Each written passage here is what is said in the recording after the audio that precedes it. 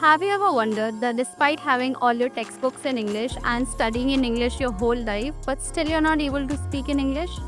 Well, there are times that your conversation is going very fluently in your head, but when you speak, it comes out as a jumbled mess. That is a very common problem, my friend, and today we are here to solve that and fix that problem. I know a lot of us come from non-English speaking backgrounds, and that is a very common thing in Indian households because we are always in habit of speaking our native language. But today we're gonna change that in just 5 simple steps, and I'll let you know that how you can actually do it. So before we get started, let's jump into it.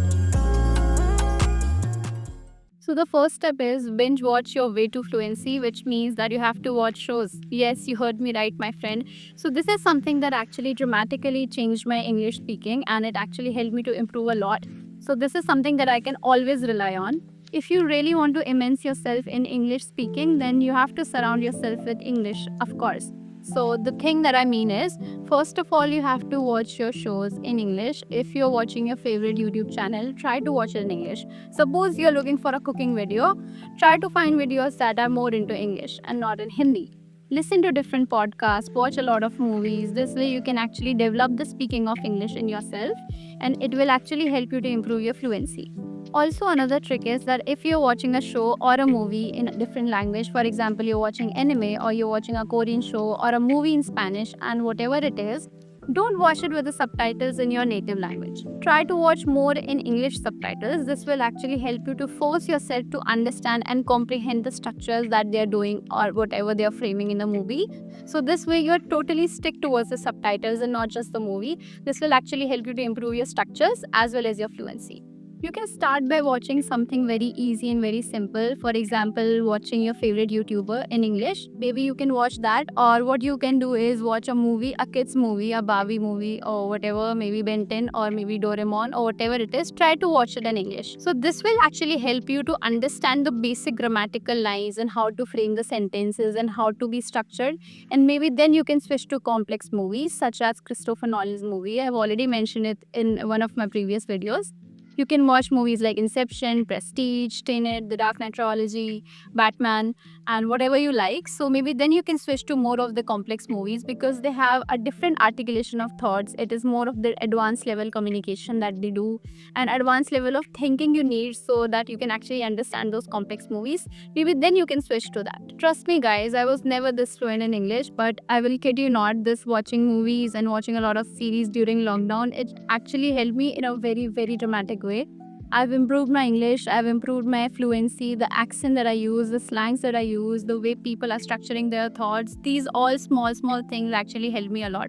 And this is something that we actually do very unconsciously. You don't have to just sit while having a thought in your mind that you have to understand and you have to learn grammar, you have to learn English. If you will watch it that way, that is never going to help you. Your brain is subconsciously picking those words, naturally helping you to pick certain words, and that actually sticks to your mind and that remains for a longer period of time. Maybe this way you can actually improve your English because this is something that actually helped me a lot personally. So the second tip is the 60-second challenge. So I just have a quick question. Have you ever seen a person who is good at swimming only by learning the instructions, only by reading the instructions? No, obviously, right? If you want to improve your English, you have to speak, right? You cannot just read and write how to improve your English, what to do. You cannot just watch the videos and expect yourself to be good at English without speaking it, right? You have to speak it. I've also mentioned this in one of my earlier videos again. It is called the 60-second challenge. What I used to do is, I used to make a video of myself speaking about something for 60 seconds. I used to put my camera. I used to talk about whatever that is coming to my mind, be it a movie that I watched, be it how was my day, or things that I like to do, things that I like to eat, or what I did, something that makes me happy. I mean, you can talk about anything, whatever that you like. You just have to record yourself speaking for 60 seconds and then you have to see. This way, you will have a lot of videos as a journal, which you can see that how you actually improve. This is not something that you want to improve grammatically, but this is something so that you can actually see your mistakes. This way, you can see that where you're lacking and what are the things that you need to improve on and how you can actually improve things in your videos, or where you're taking the pauses, or where you're using the fillers like like whatever it is. So you can see all of these things in your videos, and maybe then you can improve on those videos. And again, these videos are for yourself. Even if you're making a lot of mistakes at the beginning, that is completely fine because these videos are for yourself, not for anybody else. You are there to learn and to listen and to understand that what is going on in your life and what is going on with the English. So you have to be focused towards that only, and you don't have to worry about anything else. Just be focused towards learning and make as many mistakes as you can. So the third most important tip is train your brain to think in English, which means that you have to stop translating in your brain and you directly have to start thinking in English. The best way to do this is by surrounding yourself with people who are actually good with English. When you converse with them, you learn how to articulate the thoughts, how to structure the thoughts, and how they're actually talking in English and how their fluency is. These all small things will actually help you a lot. Suppose you're thinking about your presentations and then you're very nervous about it, for example. So try to think it in English. How I'm gonna do it? Oh my god, I don't know how to do it, or what things I'm gonna do to improve myself, or what mistakes I might make. Do I remember all the points that I have to speak? These are the small things that can actually help you to remember all these things, and this way you're thinking in English as well. There are also a lot of AI tools these days coming up that can actually assist you with your English speaking. For example, you can take ChatGPT. There's this tool where you can actually speak and talk to ChatGPT. For example, you can ask about anything that you want. You can talk about how's your English speaking going, or if you're grammatically correct or not in this sentence. So I have my phone right now and I'm going to show you how you can actually do it. Hey ChatGPT, you have to help me to improve my English. Can you do that? Absolutely, I'd love to help. We can work on vocabulary, grammar, pronunciation, or even just casual conversation. Just let me know what you're aiming for, and we can dive right in. So thank you so much, ChatGPT. I'm just very much confused at how to become fluent in my English, and I'm currently making a video on it, but I'm not sure if I'm doing in a right way or not. So can you tell me so far how I'm speaking? Of course, I think you're doing really well so far. Your pronunciation is clear and your ideas come across nicely. If you want more detailed feedback, I can definitely help with that. Just let me know what specific areas you want to focus on. Thank you so much, ChatGPT. I'll get back to you. Sounds great. Whenever you're ready, just let me know and I'll be here to help. Good luck with your video. So you see, this is how you can actually improve your English, and this way you can actually just talk to the ChatGPT or whatever AI tool that you want, and you can just understand what is wrong with you, and this way you will always have someone to speak in English. Even though you're not having a lot of people to surround yourself in English, even though you're just working at home or sitting at home or whatever you are doing, but you want to improve your English, this is one of the way that can actually help you a lot. It's exactly like having a personal assistant 24/7 in your hands, and you can just learn whenever you want, wherever you want. This is one of the best things that you can actually use. So the fourth most important point is focus on the structure and not just the words, which means even if you know thousand and thousand of words and you have a very good vocabulary, but if you're not clear and structured in your sentences, that is completely useless, right? For example, let's talk about a person who knows thousands of words in French, but that doesn't mean that he or she is going to be good at French, right? So this is something that actually comes in the picture. So to have fluency in your speaking and to have a structured thought process, you need to read a lot, which means you have to read a lot of books, a lot of magazines, a lot of blogs, a lot of whatever that you like.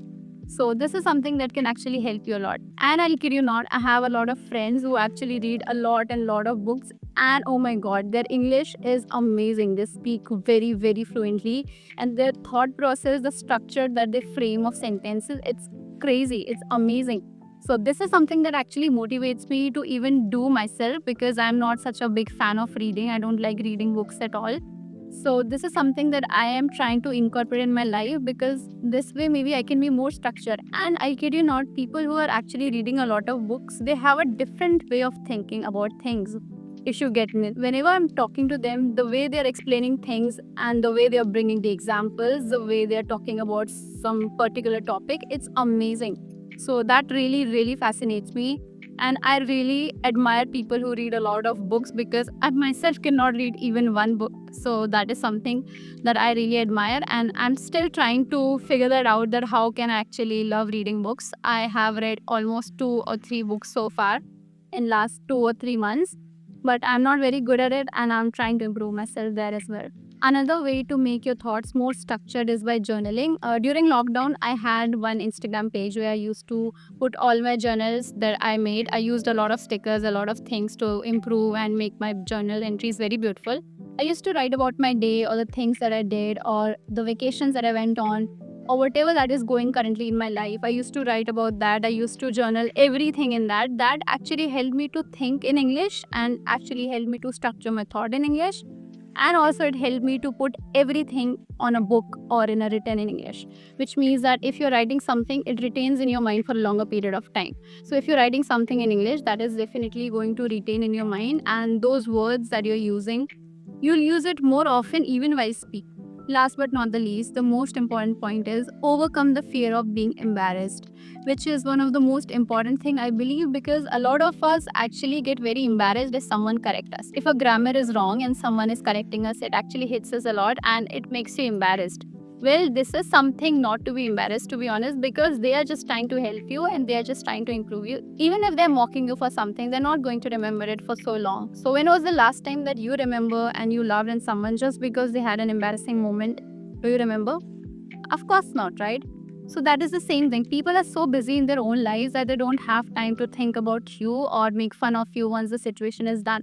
Once that scene is done, they forget about it. So, even if they are making fun of you, don't feel bad about it, because it is your learning phase. And I've read this quote somewhere that it says, be brave enough to be bad at something new, which actually hit me a lot, because a lot of people feel very embarrassed when they're starting. Our ego comes in between and tells us that we have to be perfect since the beginning, which is not possible. You have to be bad at something new, right? If you're learning something for the first time, it's completely fine to be bad at it, because that is your learning phase and this is how you're going to improve.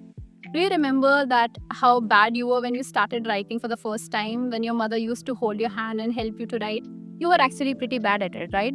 But see yourself now, how much have you improved? You see the difference, right? It is all because of the consistency. It is all because how you've been practicing it every single day on a regular basis. So this is the same with English speaking. As much as you will try to practice, as much as you'll be consistent with this is going to fall into your feet, I'm telling you. These 5 steps were something that actually helped me a lot to improve my English speaking. I was never this confident, I was never this fluent, and to be very honest, I'm still trying. A lot of times I do mess up. That is something very, very normal, because if you're practicing and if you're learning, that is completely fine. Until unless you stop practicing about it, right? So you have to keep learning, you have to keep practicing, and just don't be ashamed of whatever you're doing. Just hold your ground and be courageous enough to speak about it, to talk about it. And the more you'll talk, the more you'll improve, right? So don't be embarrassed about it. So there you have it, guys. This is the roadmap to improve your English. This isn't something that actually is going to happen in one day or 1 week or even 1 month.